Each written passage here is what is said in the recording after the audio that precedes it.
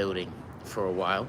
As you all know, I am coaching a lot of guys at the moment, one-on-one, on how to develop themselves into men that can confidently go out and approach any woman, anytime, anywhere, but specifically in casual environments. The street cafes, bars, traveling abroad, the airport, art galleries, exhibitions, etc.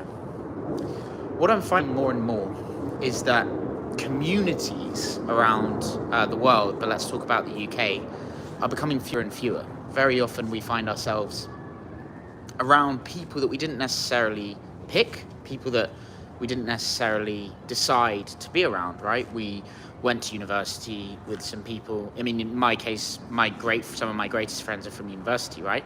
But not for everyone. We find ourselves surrounded by a lot of people that we didn't necessarily decide to be around, right? And it can be hard to forge communities, right? Even for me, I've had to really work to build my network. You know, I'm currently with some of my friends from Hamburg and some friends from London, staying in their place for a few days in Canary Wharf. They've rented a sort of penthouse style apartment over here. But it wasn't easy to build this network, right? I had to reach out to people. I had to build my own sort of presence and build my own value in a certain way that I would be accepted in that sort of environment, right? And they would be accepted in mine. You sort of tend to network around the types of people that you're doing the same things as. But you have to start somewhere. And some of us get lucky. We find ourselves landed with some really good friends, great people, supportive, brothers, loyal. But much of the time, we don't have that same good fortune. And for whatever reason, we find our progress, not just with women, but with every part of life, curtailed by the people that we are around. Now, in my coaching, I make an effort to connect my clients with one another, right? I qualify them based on their age, their preference, what they do for work, what kind of interests they have, what kind of women they like, and I will put them together. But what I'm finding more and more is this is a really, really valuable part of the service that I provide and of the way that I can help guys is by connecting you with like-minded individuals. So what I've done is I've created a community, right? Based on the clients that I currently have, the clients that I've had in the past, and new guys that are getting in touch with me who can't, for whatever reason, do the coaching that I offer. So instead I create a community for them. I've also been studying a lot of psychoanalytics for a while, right? Therapy methods. I thought as I progress with what I'm doing and get more clients and build my business and my mission to repair the relationship between men and women fundamentally, I've been learning more and more. And so I've created a system by which men can look at their life and see what area they're lacking in: your wealth, health, your love, your creativity and business, your combat readiness, let's say. Like, can you actually deal with conflict, right? Do you know your own boundaries? Do you know your individual preferences and what you guys are actually facing, the struggles you're facing in your life around many of these different areas? And so now more than ever, if you guys want to talk to me, I want to get you involved in this community of men that I'm building around London, but also around the world as well, and tell you a little bit about how it works. So for anyone who does want to do that, do get in touch with me. And now I want to open the floor to you guys, because you guys are the reason why I'm where I am, in large part, and particularly all of you guys that regularly comment and give feedback and really understand the mission and have been in touch with me and have offered me value. Many of you already have, you know, whether that be investment or... Oh, we're disconnecting. Right, okay, so we're back. So really appreciate all of you guys and the support and the ongoing support from so many of you. I want to be able to connect you with other guys that you're going to be interested in, because together we're so much stronger, right? The old cliche of you are the average of the 5 people you spend most time around is true so incredibly obviously when you start changing the people that you spend your time with and the people that you talk to and the people that you consider brothers. So This is really, really important. And oftentimes when we're non-productive, when we're not really motivated, when we feel like things aren't clear, maybe we're not good enough, maybe we're not in your life, like this is the area that I'm deficient, right? I'm going out and talking to girls, but I don't really have any integrity. I don't really know why I'm talking to them or what they have to be interested in. Okay, are you fighting? Right? Are you doing a martial art? And it's something that I've been thinking about for a long time, but only recently I've seen it as like inexcusable for me to be able to fight to some extent, right? So take up a Brazilian Jiu-Jitsu class, take up a Thai boxing class, learn calisthenics, right? Use your body, build your physique. Are you doing the job that you want to do, right? Or is there a goal in your mind, a mission that you have that's much bigger than your job and you need to leave it, right? Well, who's around you and how clear is it how you're going to do that, right? Do you have it all strategized? Can you sit down and look at a strategy and say, right, this is the next step. That's what I'm doing today. This is what I'm focused on. This is where I'm going. Where are the people around me that are doing the same thing? I want to sit with them and absorb that energy and push them and let them push me. What is your ecosystem like? How clear is your strategy? So that's my focus now.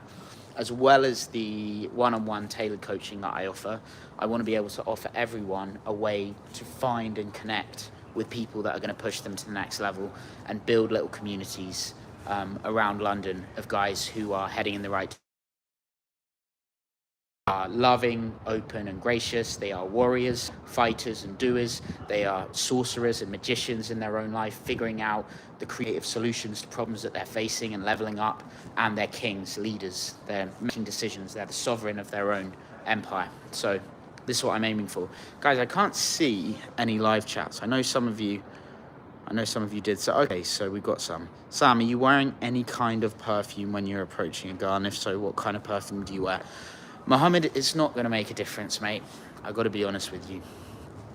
There are so few cases where you are going to be even 0.1% more interesting based on your perfume. Like a lot of things, it's a nice idea and it's good to have a nice cologne. I have, what do I have? Armani. I use Armani something. But don't worry about that, mate. It's not your biggest issue. As long as you're clean, well-groomed, and you've got like something, some deodorant on or aftershave, is not a high leverage point to focus on. Who else have we got? Toka. Hello. Guys, I just went live on TikTok for the first time as well. So for any of you who don't follow me, I'm going to be doing that more often because I actually have a huge audience there. They're not like you guys in terms of they don't know our content, they don't know this journey, they don't know the mission as well as you guys do. But on the TikTok channel, there is a big and growing audience. So if you don't use it, I completely understand. I don't particularly like TikTok, but it seems to be a really good place to just put out short form content. And I'll try and keep doing the YouTube shorts for all of you. But yeah, any questions, I want to open the floor to you now that you know what I'm up to and what I'm thinking about. I am going to be in Brazil from December to April, and I'm going to be building out this community system, this community that I've been building over the past couple of months, working on that, expanding it, growing it, getting more people involved. But yeah, any questions from you, let me know. I second that. What do you second, my friend? Tell me what you second.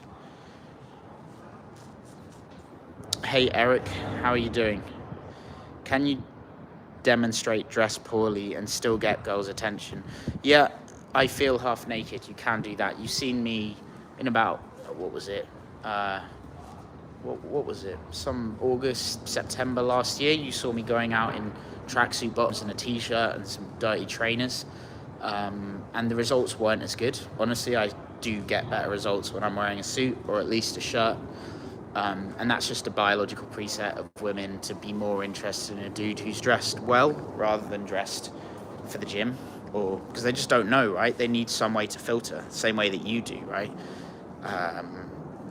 If a chick's got like massive bags under her eyes and needle marks in her arms, she might not be heroin. She might have just had loads of COVID boosters, but you're going to filter out and say, okay, probably not going to go and talk to her, because we all need to filter somehow, right? We need to filter our partners somehow. So yes, women prefer a man who dresses well, who's in shape, who dresses up smarter on the whole, because it's an easy way for them to filter whether you're going to have the types of value that they're probably interested in, right? Eric TJB, I appreciate your video. I'm interacting with a lot more people nowadays. Brother, I love it. It's really good to hear. If you want to talk to me, feel free to get in touch at the link in the description of all the videos. Hi Sam, if you're really picky with women, should you still approach numbers or just focus on the ones you like, even if you don't get the volume in? Good question. So my opinion on this is that if practice doesn't make perfect, practice makes permanent. If you want to learn golf and you continuously practice the wrong swing, bad technique, you're not going to perfect your golf swing. You're going to make permanent a less than perfect swing. Which might still be better than nothing, but it's certainly not better than perfect. So the same is true for cold approach. If you are going up to women that you fundamentally are not attracted to and telling them that they look beautiful all the time, it's not ultimately in alignment with your values, which is authenticity, integrity, and having some standards for yourself. What you can do, however, right, well, I'm not feeling open or sociable or confident right now. There's only so much I can do in my own mind to boost my own energy and confidence. So I'm going to go up and talk to them and try and make their day a bit better. And in the process of doing that, I'm going to become more open and confident. So you might go up and say, hey, I really like your style. I just wanted to stop by and give you a compliment, right? You don't have to lie in order to speak, right? You don't have to tell someone they're beautiful when you don't believe it in order to talk to them. You're allowed to have conversations. And that's really what I'm trying to do with this mission, right?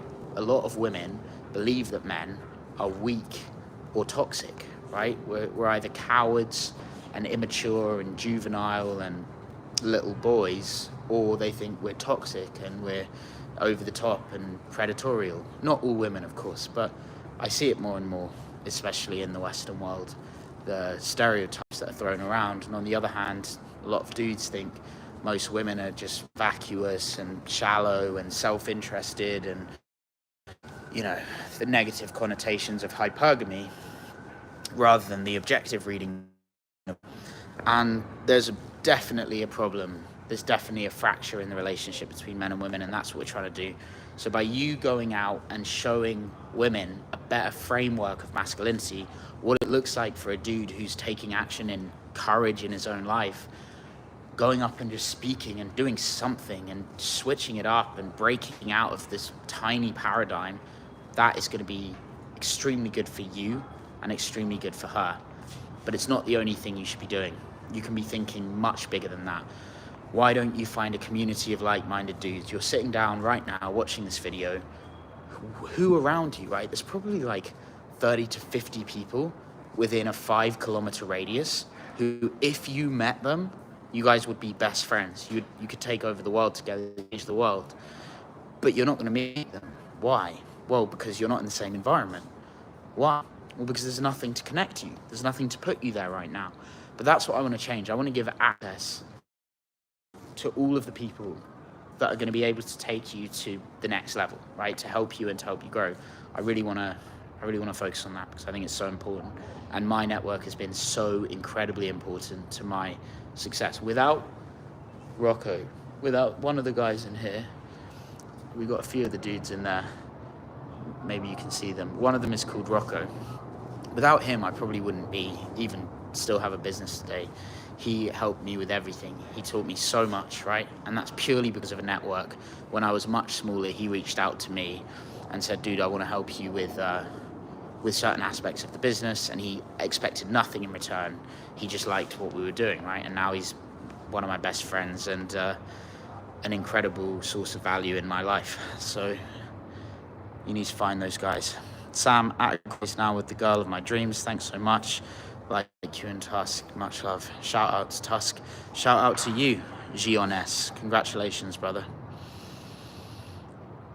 Awesome. So much positivity, guys. I love it. The point to demonstrate is your non-verbals are king in a game, regardless of how external circumstances are. That's true, but externals are important as well. You know, it would be just wrong to say that you shouldn't be focusing on upgrading the right areas of your life, right? If you're really, really confident and really good with women and your non-verbals are great, but you're really overweight and you don't groom yourself and you don't dress well, it's like, why would you do that, right? It's like running a marathon and just like cutting one of your feet off before you run it. It's like, why would you want to hop the marathon, right? Why not just try and work on every aspect?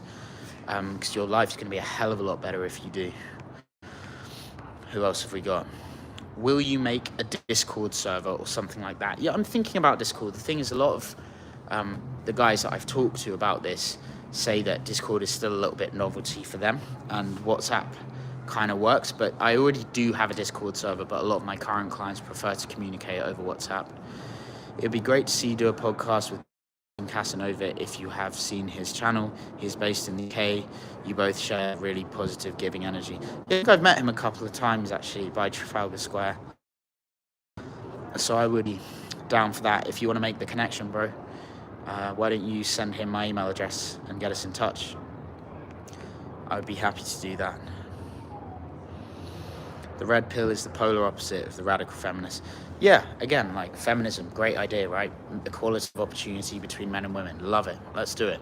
Red pill, great idea. What's the reality? What's the truth? What's the science? Love it. Let's see what's actually happening. But both of those words don't really represent the objective reality they probably started with, right? Feminism at the start was like, wait, we're not fucking voting and you are, just because we've got boobs, right? That doesn't make any sense. Why shouldn't women vote? Feminists arrive. Great, good for them. The red pill, okay, guys are simping a lot. Guys think that they're just going to wait, like the right one is just going to come to them when they don't do anything. That doesn't seem right. What's the process by which women become attractive to men? Here's the red pill. Great idea. Love it. Broken out of the matrix. Perfect. That's not what it means now. When people talk about red pill on the whole today, it's nothing to do with that. It's just a bunch of dudes on a fucking Reddit forum bitching about women because they don't have the courage to go out and actually work on themselves. So these messages have been twisted, and now, yeah, you're right, they've become poles. They've become polar opposites rather than basically fighting for the same cause. Logical solutions to old-fashioned problems. What else have we got? I think non-reactivity is probably the best quality a man could have. However, too much of it can turn into apathy or even mild hatred towards women. Yeah, I'm not sure, man. I think it's not about it is about non-reactivity, but that doesn't mean that you have to dull down your emotions, right? You can decide not to be emotionally triggered by the way someone's acting and still choose to respond however you want. It's about lowering the click-run response, the automatic response, and giving yourselves the autonomy and leadership to decide how you want to respond. And it's not obvious that you can do that all the time, but certainly working in a direction where you're present, not emotionally react the moment something happens, and to actually regulate your emotions doesn't need to turn you into Christian Bale from American Psycho. You can still respond with anger if you want to. You just recognize that response is there and don't let it just come out automatically, because that's just a lack of control. Hi Sam, thank you for showing us your infields. You make approaching goals much more positive. Love from Middle East. Thank you, brother. I'm glad to hear that. Yep, my interactions are not always perfect, and a lot of the ones that you see on my YouTube channel are not the best ones, right? The best interactions I have are not ones where I've got a camera rolling and I know that I'm going out to do it. I mean, they are sometimes great, and it's really, more than anything, more than teaching you how to do it, my channel is for showing you that women are generally just nice and good, right? Because that's not the natural position that we have in our mind. A lot of the time we think we're going to get horribly, like, we are on the same side as women, and most of them are on the same side as us. If only we can just be good, right? Be respectful, be kind, be good in the interactions. That's what you're going to see reflected. It's not about getting laid. This isn't about having sex. That will happen, but it's not about that. It's about you becoming stronger.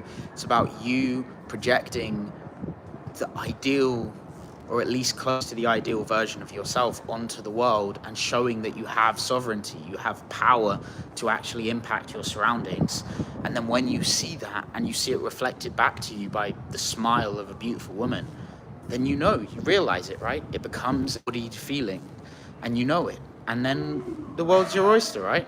You go outside, you talk to someone, they're happier, they're better, you're stronger, you are closer to where you want to be than you were before. And that is life in a nutshell. That's how you want life to feel.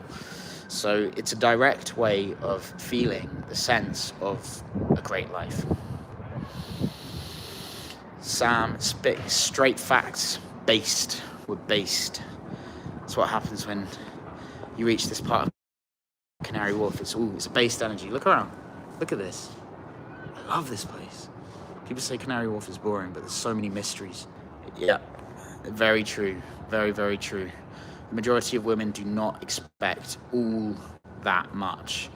And in the same way, like, some dudes expect way too much, right? Some dudes like refuse to work on themselves. They've got all these emotional problems and they refuse to fix them. And then they talk about, oh, I want this type of woman. I want this type of girl. Like, I expect this type of girl. I deserve this. So, dude, what have you done to deserve that type of woman?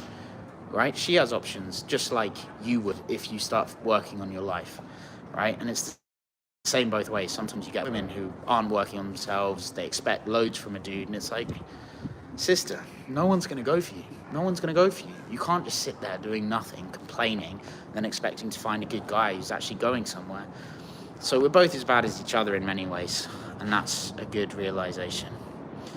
What else have we got? I tried your suggestion of sending voice notes instead of text, but the response rate is worse so far because it seems to be a bigger ask from her, and phone calls freak them out. Christopher, if voice messages and phone calls are freaking out the girls that you're talking to, then there's either a serious problem with the voice messages and the phone calls, or the number was super flaky anyway, because... And actually, if, for example, you're sending a voice message and she's not responding to you, but she would have responded to a text message, there is no chance that she would have gone out with you had you sent her a text message. But the fact that you sent her a voice message has changed it, unless you're saying something horrible on the phone. My experience has been time and time again that if you're going to send a message, it has to not be bland such that you're just put into the same category as her Tinder dates, right? The whole point is you're doing something far more courageous, far more different than just swiping on an app. And if the interactions feel in any way that way, like spontaneous, unlikely, interesting, connected, then if you send her a voice message, it's going to continue that frame. She's going to remember the sound of your voice. She's going to remember your presentation. It's going to put her back in the world that she was when she met you. She's going to feel the same sensations. There's many anchors in the sound of the voice and memories, and it's much more effective, Christopher. So maybe just a call out of the blue is a little bit much in some cases, unless you've preceded that call by saying, hey, I'm going to call you tonight at 8 p.m. And if you do something like that, you say, hey, I'm going to call you tonight at 8 p.m. and then you do call her, then that's great, right? You can call. But I wouldn't suggest that there's a problem with sending the voice messages. I'd say it's the quality of the voice messages or the quality of the interactions that you're having, and not the actual medium. It's the content. I think majority of women, yeah. Okay, so I can't see any more questions, guys. So, like, come on. Spitting straight facts, but we're running out of questions. What do you want to know? What do you want to hear? What do you want to do? Where are we going? How are we taking over the world? Let's think big. What have we got? Appreciate your videos. Help me loads. Just go out and just be friendly to a lot of people. Awesome. Anything else, guys, before we leave? No. 5, 4, 3, 2, 1. And we're out. Thanks for watching.